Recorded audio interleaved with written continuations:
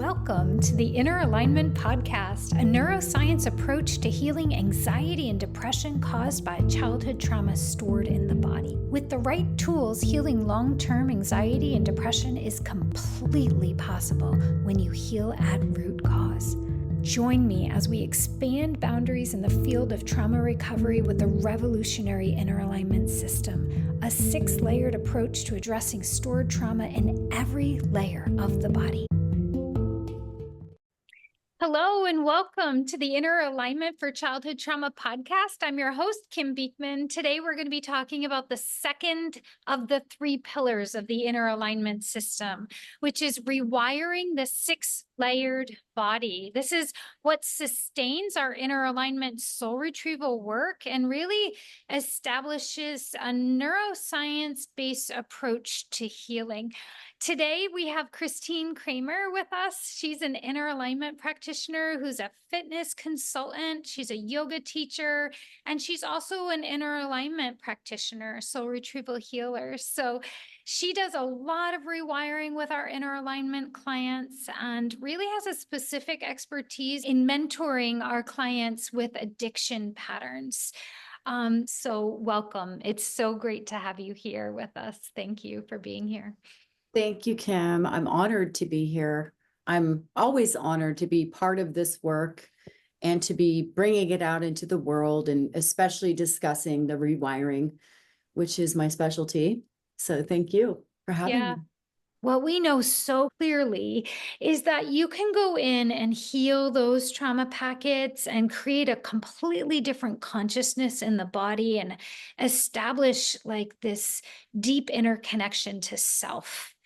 But the neuroscience of healing suggests, and through our experience and trial and error, we know that if you don't sustain that healing and literally neurosynaptically, neurochemically, energetically wire that in as your new base sensations, thoughts, emotions, physical, energetic awareness of who you are, then within a week of that soul retrieval, creating all of those gorgeous ahas and integrations of who we are, within about 5 to 10 days, those new neural pathways will start to truncate, and someone may lose the feeling of healing because they never wired it into their thoughts and their emotions and their energetics and their nervous system, right? So it's just absolutely critical to anchor in, sustain, rewire the way that we are, the way we think and the way that we feel, so that we can really have this as our new way of thinking and feeling. Yeah, that's right, Kim. It's those neural pathways are very strong and they will truncate, just like you said, but the rewiring work is not hard to do. It just has to be done. And so that's what my job is with our clients, is to just encourage and check in every day. There's daily encouragement to check in on how are those practices going. And so it is the other half of the work is the sustainability of the rewiring. And what's really nice is the rewiring practices go along with you beyond the 8 weeks. So you take them with you and then you have them forever. So just to get those wired in, that they're your practices that you're going to do every day. It doesn't take a whole lot of time, but it is a change in lifestyle. It's true. You know, as a personal fitness consultant and really working with people on the physical body, I wonder if that lends itself to being so gifted in being able to help support people in the rewiring of their brain, nervous system, body, thoughts, emotions. Because, I mean, you can't just go to the gym once, right? It's absolutely the same as you don't just work out for a couple weeks and then let it go. It doesn't work that way. And many of my clients that I have worked with healing and rewiring that do work out regularly do get the concept when you put it in that container Yeah, it's so funny. Like And it's when you do your practices regularly, you'll begin to know when you're off. You'll just feel it in your body that, oh, I need my breath work. I really have been slipping in. You can feel it so profoundly in your body, just like your body can really feel it profoundly if you're not working out yeah, regularly. yeah. So with inner alignment, we have the soul retrieval that happens. And when it happens in the second dimension consciousness, really right in the body, we are really planting new thoughts, new emotions, new experiences, new nervous system responses, new divine connections on every layer of the body. We are creating a new energy packet of what safety or connection or love or truth or any worthiness feels like in the body. So each layer of the body is involved in that soul retrieval. And so the consistent rewiring needs to be absolutely parallel to what we're working in the soul retrieval. For example, if you're working with someone who doesn't have their truth or doesn't feel strong enough to express themselves or express boundaries, then the rewiring practices need to fortify that which we worked in the soul retrieval on day-to-day life. So rewiring practices are customized, even though they're standard practices, they look very different for every client based on the subject matter that they've come to this lifetime to work on. Joe Dispenza really has done beautiful work that talks about thoughts and beliefs and habits. And in his book, Evolve Your Brain, he says, you think about 65,000 thoughts in one day. And about 90% of those thoughts are the same thoughts as the day before. The same thoughts will lead to the same choices. The same choices will lead to the same behaviors. The same behaviors will always create the same experiences. And the same experiences will always produce the same emotions. Those same emotions dictate our biology, our neurocircuitry, our neurochemistry, and our neurohormones. Even your genetic expression stays exactly equal to how you think, how you act, and how you feel. So he says how you think, how you act, and how you feel is your ego personality, which creates your personal reality.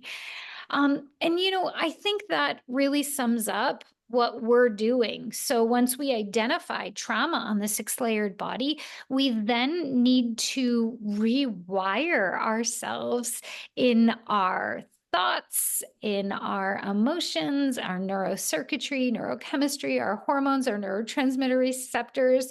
And we all know about neuroplasticity, right? We all know that we can change the way the brain is wired and constructed. And I think in trauma healing, that consistent work is absolutely critical because of how early we got wired up and what we cobbled together from a young age, being so deeply held in the neurocircuitry of the body. People are really wired up. They don't even realize how wired up they are for even tension in the body. And so when we begin breath work, it's one of the first tools that we give, depending on which breath work aligns best with which particular client, depending on what elements they have in their body. Are they earth? Are they fire? Are they air? Are they air imbalanced? And so we figure that out very quickly, and we design their breath work for them and assign them that breath work. And one woman I had in particular had very severe neck pain.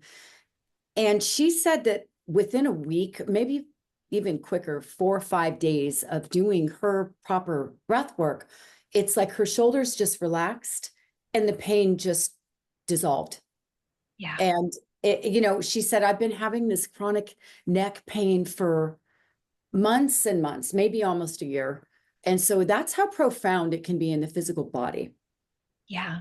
Yeah, it's so that's really kind of gets us into these six layers. So the physical body nervous system and the the impact of rewiring the physical body is absolutely critical. We have both the neurocircuitry, but also the nervous system and the nervous system response. So, as you said, once someone starts to do soul retrieval and then they bring that, just that one practice of, borrowed from yoga, that pranayama or that medicine that fits their energetic constitution, because a lot of people are throwing themselves out of balance by not choosing the correct breath work to balance themselves. And we'll talk about the energetic body, at some other point. But to be able to begin to regulate the nervous system, like you said, in the proper way is going to affect so many other aspects of ourselves. But most importantly, it'll help the client to regulate out of a fear response, out of the fight or flight response, and to move in from sympathetic nervous system response into reconditioning a parasympathetic response. So breath work is kind of like the beautiful medicine to do that, because it will activate the vagus nerve and send the message back to the brain that, okay, we're safe. Nope, I'm safe right now. So even with a reactivated trauma packet that's not had soul retrieval or has not been healed yet, we can use breath work as long as they're doing the correct breath work for their constitution, as a way for the nervous system to get the signal of, yeah, even though you've been triggered for 40 years in the same fight or flight response, you can calm down, everything's safe. And that's pretty critical if you want to get out of fear and you want to get out of the conditioned trauma response, right? Certain clients will actually have an effect of all of a sudden they might be sleepy during the day, when usually they're just doing all day. And all of a sudden the body wisdom just comes and says, I need a nap. And that it really is my truth. I need to take a nap today and tomorrow and the next day. And it can land like that as your nervous system is beginning to regulate, your body starts to tell you what it needs. Right. So someone who's spent their life in fight or flight and are like taxing their adrenals because they're running on adrenaline because they are what they do and their unworthiness is tied to that. Once we get them doing some level of breath or some level of connection, their nervous system calms down and they're actually realizing how tired they are, or they're realizing their body is giving them signals of like, oh, it's time to rest my body, doing more in order for me to feel worthy. That pattern starts to loosen with the soul retrieval process. And then there's that space and that conditioning to be able to listen and connect. And connecting to the physical body through a regulated nervous system is like the core and most fundamental aspect of the rewiring process. It's like the Dr. Jekyll and Mr. Hyde aspect of like, we're going through life. And if we're in trauma brain and we're in a reactivated trauma packet and we're overlaying that, we're in like amygdala response. We're in that trauma brain, animal brain response. And a lot of people are just living life in an animal brain reaction of, I need to feel worthy, I need to feel safe. But when we start the rewiring practices and we recondition the brain and the nervous system, we're able to bring them into thinking brain. And I don't mean analyze their problems, but just like be in the prefrontal cortex and be able to be like, oh, I feel like I'm going to die. But actually, now that my nervous system is regulated and I've been able to switch from animal brain to thinking brain, I'm able to see what's going on in this present moment. And in the present moment, the lion's doesn't have its jaw around my neck. I'm actually okay.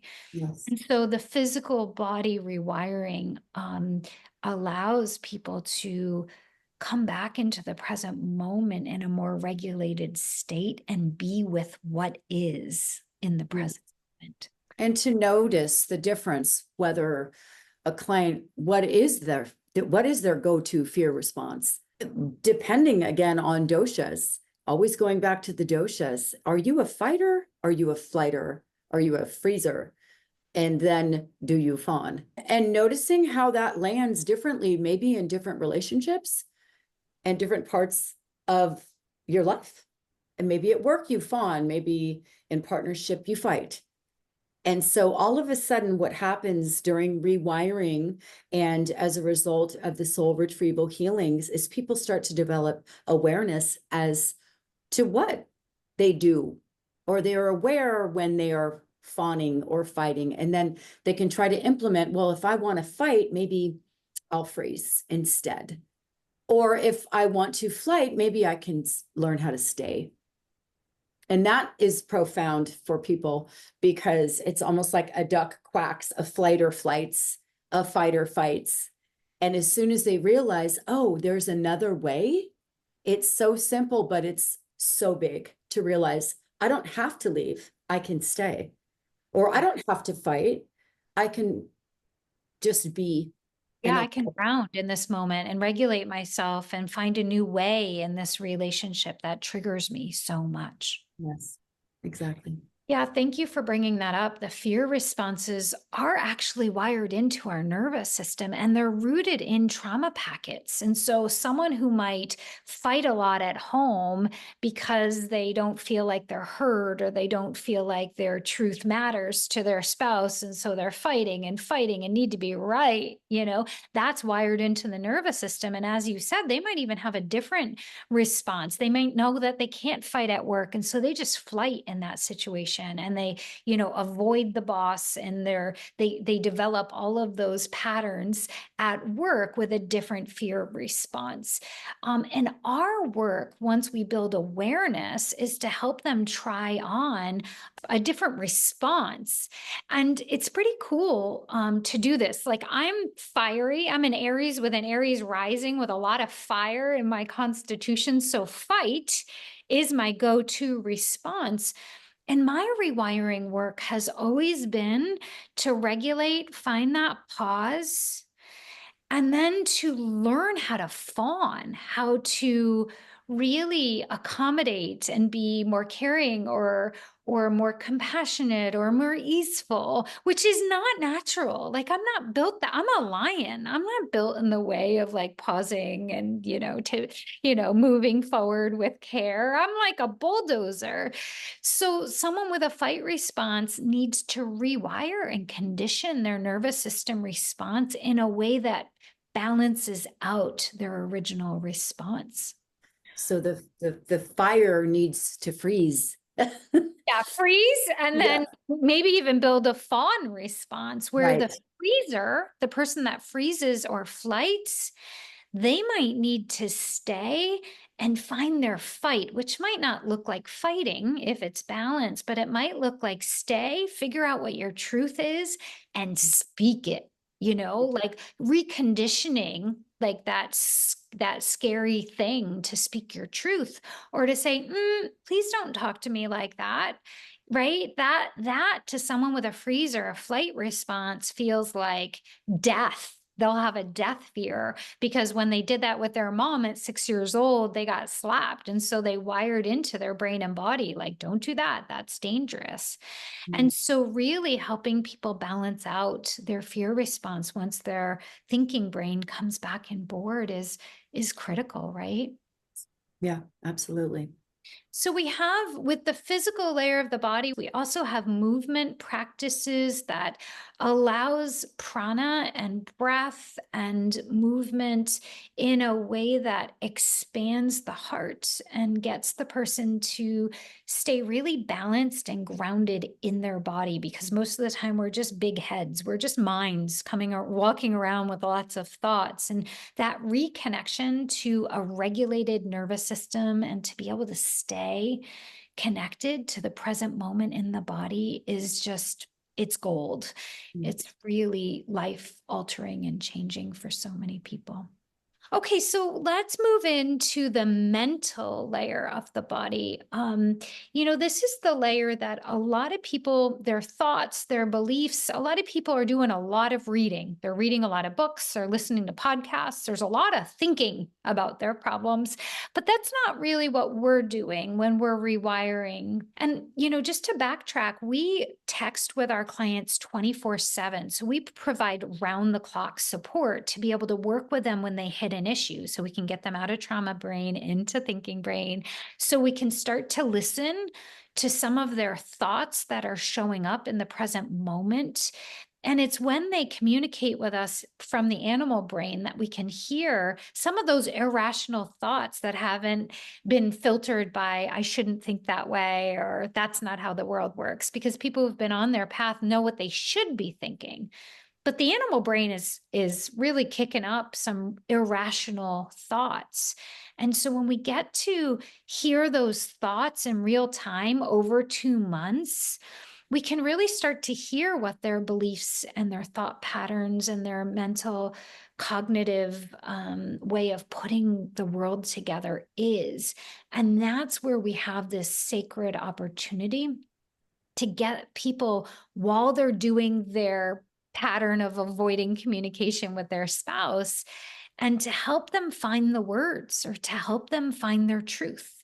And to, in this example of this male spouse, help them to say what they feel or think in a given moment, which sounds like rudimentary, but it's really, when we're hitting our trauma responses and have that pattern of flighting, we're not thinking about get me out of here. We're just getting out of there. So, to be able to rewire someone's thought patterns and belief systems, and to help them, we always say, get the data, to build a data set of, if I stay and I communicate what I want and I set a boundary, what happens? And it's through that rewiring every day with them that they are able to build a new data set on what it is to have space for my truth in this marriage, for example. I feel the mind is very interwoven again with the fear responses. I believe that I have to leave because I cannot be heard. I will not be heard, when all we sometimes have to do is just question a person. Do you really have to leave? Or you won't be heard? And you'll see the light bulb go on. Like, maybe I don't, because it's just so deeply wired in the body that they have to fight. So this mental body of ours, which is our mind is a beautiful thing. We are constantly questioning it in this work with rewiring, and we're doing other mental body practices to try to put our mind on the shelf and go into our body and into stillness. And from that place of stillness, be able to figure out what is true and what isn't. So we question our belief systems all the time in this work. And it's profound. And it can be the littlest, like, do you really have to fight? Do you have to go? Or can you stay? And it's so iterative, because as someone questions, as they become aware of what they're thinking. So again, awareness layer of the body helps us to actually even see that I'm thinking thoughts around, I'm not safe here in this relationship, right? Because I wasn't aware of that in that moment that I was just avoiding a conversation with my spouse. So the practices on the mental layer of the body can help in neutralizing it. We call it neutralization, but if someone has a strong negative mind and they're thinking negative thoughts, we're able to import the positive aspects. Or if they have too much positive mind and they're spiritually bypassing a negative situation, we can balance that out with what's not working.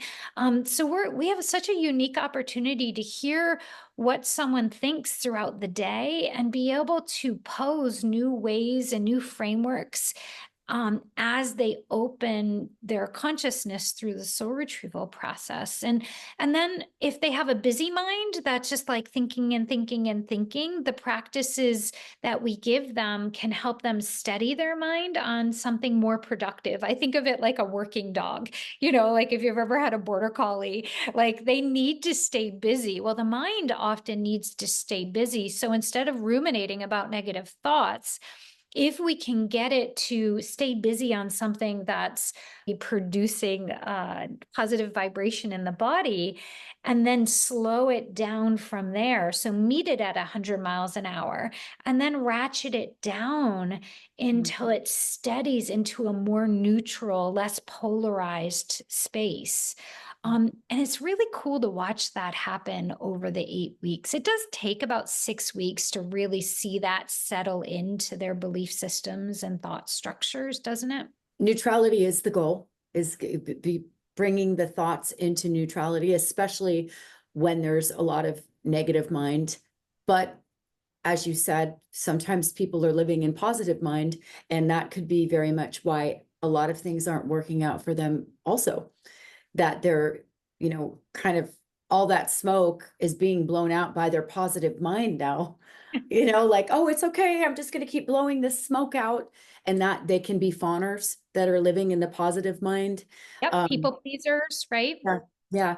And so, but finding the neutrality and steadying the boat. So it's funny when some people think neutrality, they think they're going to be just like in love or light, or they're going to be numb. But when we talk about the spiritual layer of the body, it's almost like the heart is ignited really passionately in the present moment. So the happiness is literally wired in and coming from within. And then the mind's not grasping to the attachment of needing to be right or needing to get the man or the woman, or right. So the attachment of this is going to make me happy, or the resistance of I got to get away from this because it's making me upset, that lessens in that space of neutrality. And we're neither running from situations or running towards situations to get our happiness. And there's a deep sense of being content in that space when the mind kind of loosens its grip on our life and allows us to just feel some peace in the present moment. There's so much freedom in that. Yes, I think that's really key, what you just said about attachment. We have a lot of mental attachments. Yeah, as you just said that, I was just thinking about the empath. We work with a lot of empaths or energetically sensitive people. And so, some people need to be right, but some people just need to feel safe in their body. And when their nervous system's really triggered and their energy field is not strengthened enough, they might feel like they have to push people away because they don't feel good, because they feel everything that's coming out of that person. And so they might be just like literally pushing or in resistance to people because they can't feel safe or grounded in their body when they're around them. So whether someone's resisting someone or they're attaching themselves to a thought or to a person, either way, that's going to create fear. That mental process is going to feel fearful because I can't get what I need in the present moment because I need to control or isolate in order to feel okay. And coming to neutrality is not like accepting people's bad behavior. And it's not about not wanting or desiring things, because I think we're always going to have an ego until we're enlightened. But it's about feeling like I can get safety or connection or my worthiness or feel loved or seen or heard or connected to myself from within myself, so that I'm not in constant resistance to my thoughts or your actions or what I'm doing. And that just feels so huge. It's very empowering to feel that neutrality. It's amazing. Yeah, it really is. And that kind of gets us to the emotional layer of the body. In the yogic system, they see the mental and emotional being the same layer of the body, but in inner alignment, we see them kind of as very interconnected but separate, because the way that we work with them with the practices is actually very different. So the mind needs to slow down and stabilize and become neutral in that space. Whereas the emotions, the felt sensations in the body, really need to be processed in a very different way. Like whether an emotion is coming from, some people don't even know whether the fear that they are feeling is an old trauma packet vibration that's stored in a trauma packet, or whether it's the emotional guidance system saying, go toward that, go away from that. So just being able to decipher and feel, I mean, before even deciphering, some people have shut down their emotional layer of their body altogether, and they don't feel. And they don't know what they're feeling because they're living in their thoughts. And people who feel a lot, who did their 10 years of therapy, have intellectualized what they feel, and they really aren't feeling at all. So really getting someone reconnected to their emotions, not anger so much. Anger is a second, anger, guilt, shame, those are more secondary emotions. We're talking about feeling sad or feeling hurt or feeling vulnerable or feeling unworthy or unloved. Those more vulnerable emotions are usually connected to trauma packet death fears. So that emotion, to actually give it some space and to feel it, feels like death. And in our work, we don't just look at just feeling it. And it's true, feeling it does help heal it, but feeling the smoke and the fire doesn't actually resolve the sensations. There are many people that I've come across that really do have a hard time feeling the emotion in the body, or they might only feel it for a couple seconds and then it sort of goes away. And I feel it's been resistant. Some people they have so much fear around feeling their heavier emotions. And sometimes it is the shame and the guilt and the anger, the secondary emotion.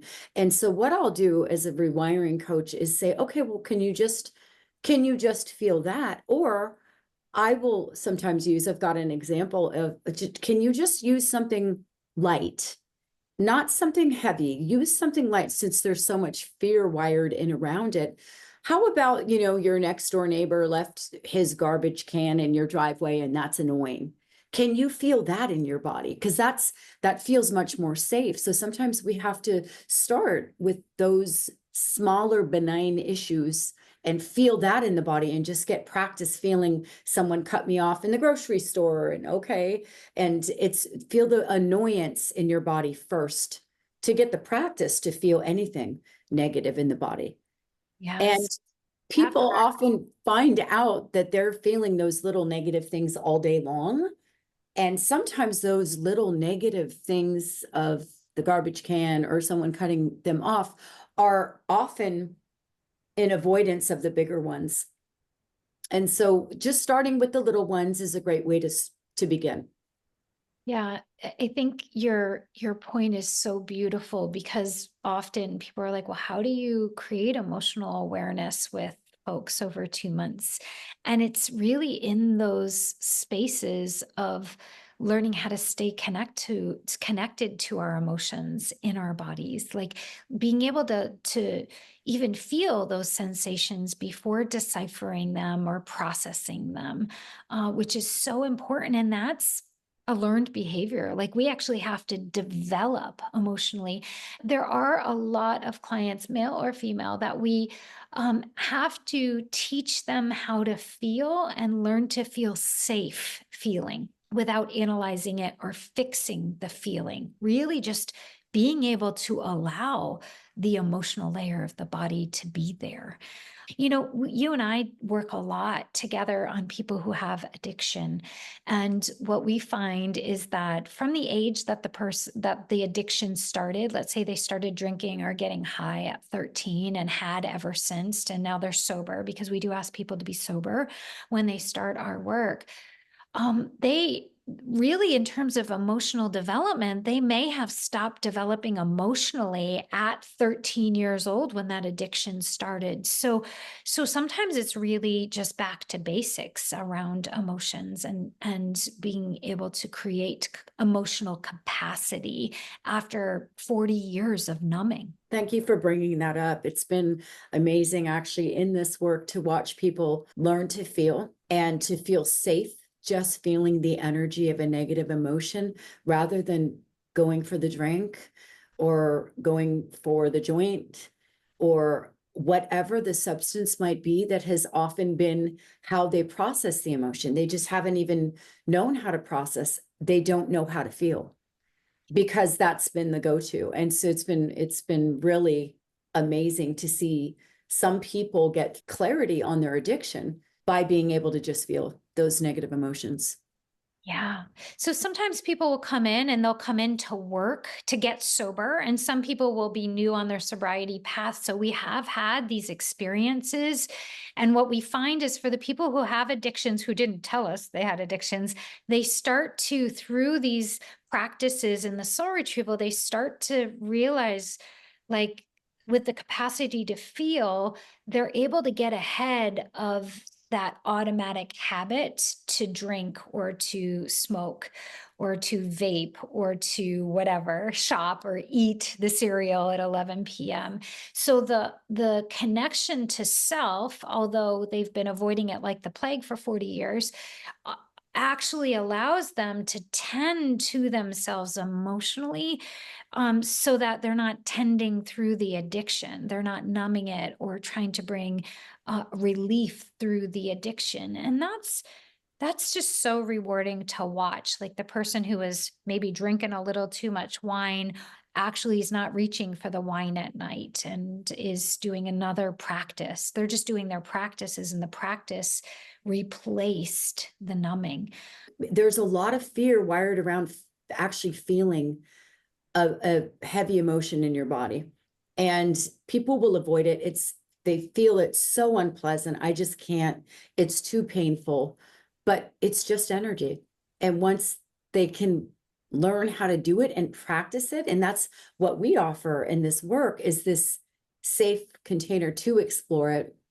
They can express, they're held in a container of love, and all of a sudden it's just not scary anymore. It's like not that big of a deal. And once someone can learn to feel the heavy emotion and even heavier emotion and know that it's just energy, and once you feel it, you can process it, really you don't have the need for that substance anymore. Now that you might still have to work on the habit of the substance or whatever it is, like you said, it could be eating. But even I had one client who said, I'm just not going to get the ice cream. I don't need to. I'm feeling it in my heart right here. And I want the ice cream, but I'm feeling something here and I'm just going to feel and process it. Yeah. And that she So really noticed she didn't need the ice cream. right. So the feel and process. So the first is awareness. I have emotions and to be able to feel them.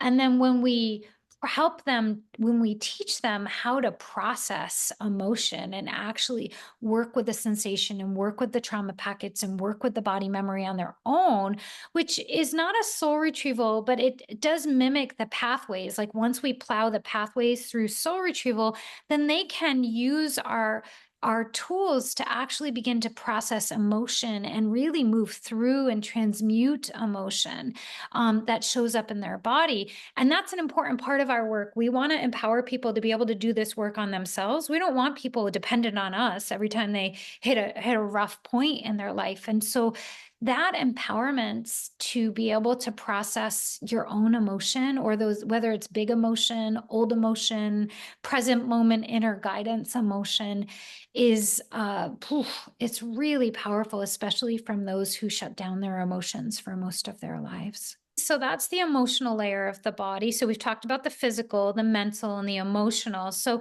let's now dig into the awareness layer, because we've been talking about it. You have to be aware of what you're feeling physically and what you're thinking and what you're feeling emotionally, right? So awareness is a really profound aspect of our consciousness. So we can be on the hamster wheel doing our thing, reacting, or we can be on the hamster wheel, still doing our thing, and watching ourselves, witnessing, seeing what we're doing in that dramatic stage, that theatrical stage, and the roles that we're playing in life. So when we can get into the audience and become aware of what we're thinking and what we're saying and what we're doing and why we did that and the acting, and without any judgment, just a state of consciousness, it opens our world so deeply of who I am, the big I, like the soul consciousness of who I am, without any judgment of like, I should have done this, I shouldn't have done this. Why did I, if I could just do, none of the mental body involved in that state of non-judgmental, loving awareness Yeah. that we can wire in and activate in every moment of our lives. It's beautiful to watch somebody learn about themselves, to learn about their soul qualities and all of their positives. And we have our negatives as well, our shadows, and to learn all about themselves and to just kind of sit in the middle of it. And that's something we really work. We have an exercise where we work with our clients to become so self-aware of, okay, these are my patterns. This is a little later in the program where we're going over all of this stuff, because we now know what constitution we are. And I'm fiery, or I'm air, or I'm earth, and I'm a fawner, or I'm a fighter. And I tend to, freeze, or whatever someone's fear response is. And then you start looking at your own mind habits. And once you become aware, it's just no longer, it doesn't just happen. You do not react to it. And so that awareness layer, we call it in this work, as you know, being in the eye of the storm as everything is kind of happening around you. And you're just sort of witnessing, like you said, you're panned out, noticing, but you're not getting stuck in it. Nothing's happening to you physically. You're not getting, sucked into that storm. You're sitting and observing. Right. So Eckhart Tolle calls it a pain body. And we work very often with people who are in pain bodies. And when someone's in a pain body, they get wrapped up into the storm. But our work is to help them be able to see the pain body and to stop feeding the pain body or that deep death fear emotional reaction that they got swept in. You once said something like, it's like, once you build this awareness, it's kind of like, oh, here I am. Oh, look at me. I'm just doing my thing. Look at me doing my thing again, right? Like there's this neutrality and non-judgment and compassion that happens when you don't take your patterns too seriously, and then you get space to actually be able to change the patterns. In our work, when we do go over pain bodies and we start sort of calling out these pain bodies that we have a lot of fun with it. We like to name them and give them little characters and almost amplify them. And it's a lot of fun actually to look at those parts of yourself and be able to laugh at them. And then it's sort of just putting that awareness on the pain bodies sort of disables them. It Once does. you're aware of, oh, here's that thing I do again. It's a habit. It's a place you will not step again. Yeah, Brene Brown talks a lot about shame and vulnerability. And I think when you can get some space and awareness and see your patterns and not judge yourself or hate yourself or self-loathe them, but actually find some lightness around your shadow qualities. Because in our work, the shadow is actually just the other side of the soul's gifts. Right. So if I'm a fiery lion, doshically, and I get bitchy and yell at people, and then then the other side of that, when I'm balanced, is I'm a leader and I speak my truth, right? So any shadow qualities has the soul aspect on the other side of the element. And when we get someone aware of like, oh, that's just your fire, or that's just your whatever, it takes the shame and the self-judgment out of the picture. And when someone's not judging and shaming and hating on themselves, then there's a great deal of self-forgiveness that seeps in, and self-compassion and self-awareness. Like, we're not scared to look at that part of ourselves that we've made bad and wrong and shameful. And it's almost like we get to be a whole person again, right? We get to let all of the parts of ourselves, internal family systems talks about this. Like, we get to have like the defiant part or the scared part. Like, they all get a seat at the table. And that can be just so healing to come back into the wholeness of being all of ourselves without the shame or the I'm bad or wrong or whatever. We really do teach people how to love every part of themselves, to understand the way we're wired, and to love not just what's great, but what's not working so well. And then, to take it a step further, once you are aware, you're not probably going to go down that rabbit hole that much anymore. Right. Because if there's shame and there's a part of you that can't accept or look at that part, then when that pattern plays out, we're kind of like not able to really fully engage with it because it's fragmented over here. So let's move into the spiritual layer. So the awareness layer is a bit spiritual, right? That consciousness or that self-awareness of ourselves. But in the spiritual layer of the body, we are tackling religious trauma essentially, because a lot of people, whether you believe in this lifetime or past lifetimes, there's going to be some beef with God or with religion. And so we do try to peel religion away from our spirituality so that we're really working with the soul and the source, the divine source and the soul, when we're building the spiritual layer or plugging that person's soul into source in a way that maybe hasn't happened. And that takes rewiring and practice. Just being able to, in the mental layer of the body, figure out what they believe and who is divine. That part is important, but also the embodied experience of connection with our sacred heart or soul space, and the ability to feel divine, to feel the divine within, based in whatever religion that person comes in. So we can work with we have worked with all religions and atheists and agnostics. So it's not, spirituality is not belief system dependent. And then we find a way to help them activate that so that they can learn how to feel that sweet nectar of divine connection in their daily life, which is the bliss layer of the body. Yes, I think that this is one of the most fun parts of the work with people, each different client and what they come in with and what their beliefs are, and giving a person the space again to just find their own truth and their own connection, to see what shows up for them. To see them connect with divine is, I can't even put it into words how wonderful it is.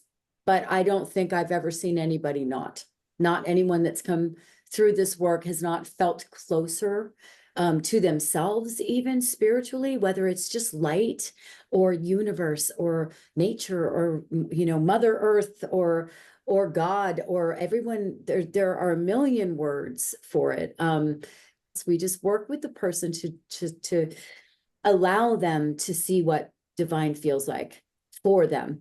And And that's the key word. What does divine feel like within their body or within their heart? And yeah. that's so different, like you said, from what their beliefs are. And I've seen so many people be shocked about what shows up spiritually for them, because it often doesn't align with what they thought. Meaning, people who don't believe in anything will have a divine connection that's like, oh, I didn't expect that. Or people who had rigid belief systems, something showed up in their consciousness that really was a delightful surprise. So it's so beautiful to see divine consciousness get activated in someone's within themselves, because this is where fulfillment comes from. I think this is what everybody's looking for love in all the wrong places, right? We're looking for love outside of ourselves. And when the soul plugs in like click into their source, it's kind of like all the lights in the building go on, right? The building was there and the physical was there, but like the warmth and the depth and the color comes into life in a really beautiful way.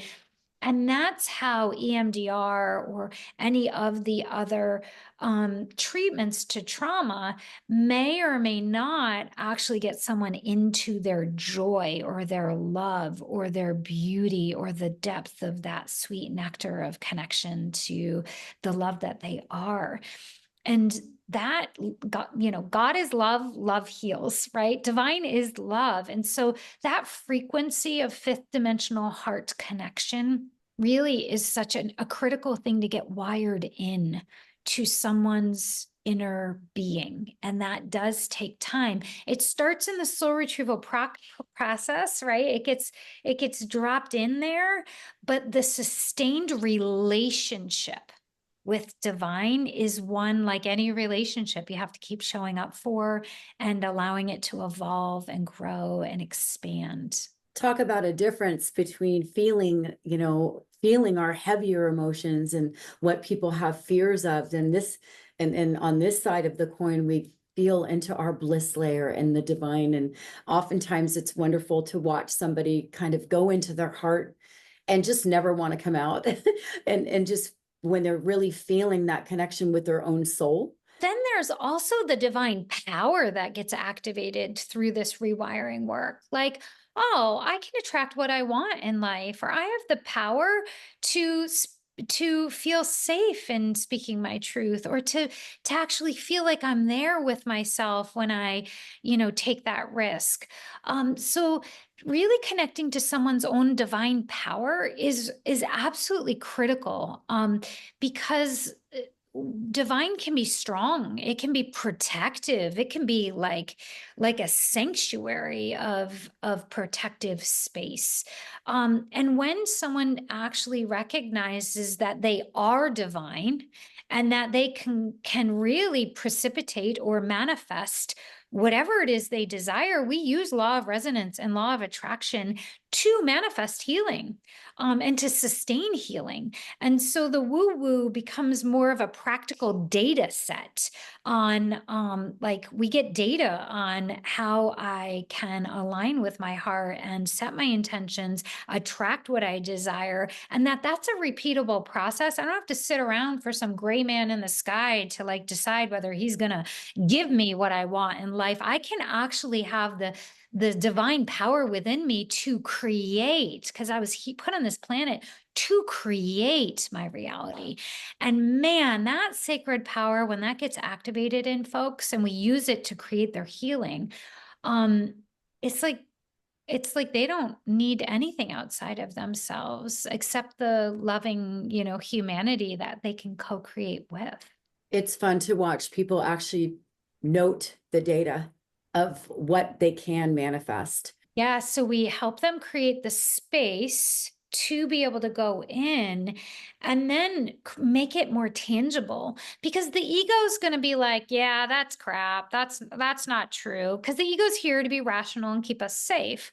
But once the soul consciousness almost displaces the ego consciousness, meaning the soul gets into the driver's seat and is running life and making the decisions, then the ego mind kind of surrenders and is like, okay, I'll just be the trusty helper. And then the soul gets to make the decisions and attract situations and feel like the sacred power that we're all really craving. So having data collection, like having a data set on our spiritual power and wisdom and who we are is, and to have that in black and white is absolutely critical, so that when the mind wants to debate it, it's less debatable, because the mind now has the tangible data on who we are spiritually. And when we wire someone up like that, it's kind of like they're good to go, because now they have the divine wisdom within them. They're not looking for us or anyone else to guide them in that. Okay, so now we're only going to touch on the energetic layer of the body, because we're going to have a whole episode on the Ayurvedic koshas, doshas, chakras, which basically means there are these layers of the body, the koshas. There are the elements within the body, which we call the doshas in Ayurveda. We just simplify in inner alignment: air, which we call the bird constitution; fire, which we call the lion constitution; and earth, which we call the bear constitution. So we just kind of simplify it in our work, so it's less woo-woo and it's more tangible. And we help people understand there are 7 different combinations. So we help them understand their Ayurvedic psychology, so that when these thoughts show up, or when these tendencies or patterns show up, they understand how it relates to their doshic constitution, and they can build awareness and know what to do to balance those constitutions. And man, that brings a ton of self-acceptance and awareness.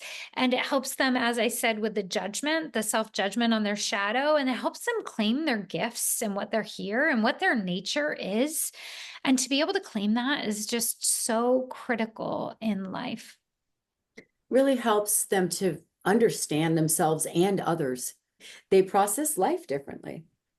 Thank you for bringing that up, because I do a lot of couples work, and having an integrated understanding of your Ayurvedic psychology or your dosha constitution is like literally is 75% of the healing of couples. I mean, 25% is the healing of the trauma, which is super important, but the understanding of the doshic balances and imbalances in each of them. So often we'll have a bird who's married to a horse, like a fiery, earthy person, and the bird is projecting bird onto this horse, and the horse is projecting horse onto the bird. And really, they're just like 2 totally different patterns of thoughts and emotions and tendencies and fear patterns. And once you claim and own your pattern, then you can show up in any space owning that, knowing what the gifts of that pattern are and the drawbacks, and to be able to very quickly type the people who are around you, so that you can set up pretty realistic thoughts and expectations of what they're capable of and what their soul and shadow is going to look like. I have a spiritual teacher that says compassion is understanding plus love. And so what the Ayurvedic constitutions give us, when we really understand the underlying psychological tendencies, thought patterns, emotions, is a depth of understanding with some sense of love connected to it that develops profound self-compassion and compassion for other people. And it is like aloe on the wound of relationship issues. It is profound when we have that self-understanding, that relationship understanding. So we work with their constitutions and build the understanding and balance them on every layer of that constitutional imbalance throughout the 2 months together, so that they are the most grounded bird they can be, or they can be the most balanced and grounded lion, cooled off temper they can be, or they can be the most motivated bear. So then post-program, once they've wired this up, it takes about 40 to 60 days to create new neurosynaptic wiring and new neurochemistry. Once they wire it up, all they need to do is continue their practices post-program to sustain the feeling of healing. That's why we really try to anchor it into the client, how important it is during the 8 weeks, so that when they're off and running, often we partner them with a momentum buddy, and they can continue for even longer until they're on their own. And it really does become like the workout. It's part of my day. Yeah, so if it took them 40 years of having a trauma packet and then wiring that into the way they think, feel, and the habits of their life, then, 40 days, like, or 2 months will create a new energetic packet, a new auto-associated neural wiring. But it will take, some time of continued practice for that to get really stable in someone's vibration. We open ourselves to be able to do soul retrievals to graduates, but we are not taken up on it very often because people really know what they need to do to sustain that healed experience, whether that's safe or connected or loved or whatever it was that we built in them with them through rewiring. They know what they need to do to sustain it. So and to build that community beyond this program too, where we pair people up and have that spiritual community for them to really be able to speak this language and have others with them alongside each other is just such a gift. Thank you so much, Christine, for going into the depths of this conversation. It's such a joy to be with you and to work alongside you. I'm just so grateful for the gifts that you bring in your rewiring work. Oh, thank you. Thank you as well, Kim. I'm honored to be here. And thank you for creating this fantastic system that really, really works Yeah, like thank you. nothing Thanks else. to Divine for the Yes. download. Yeah. Yeah. All right, you guys, thanks for joining us. Have a great week. We'll see you next time. Thanks for tuning in to today's Inner Alignment podcast.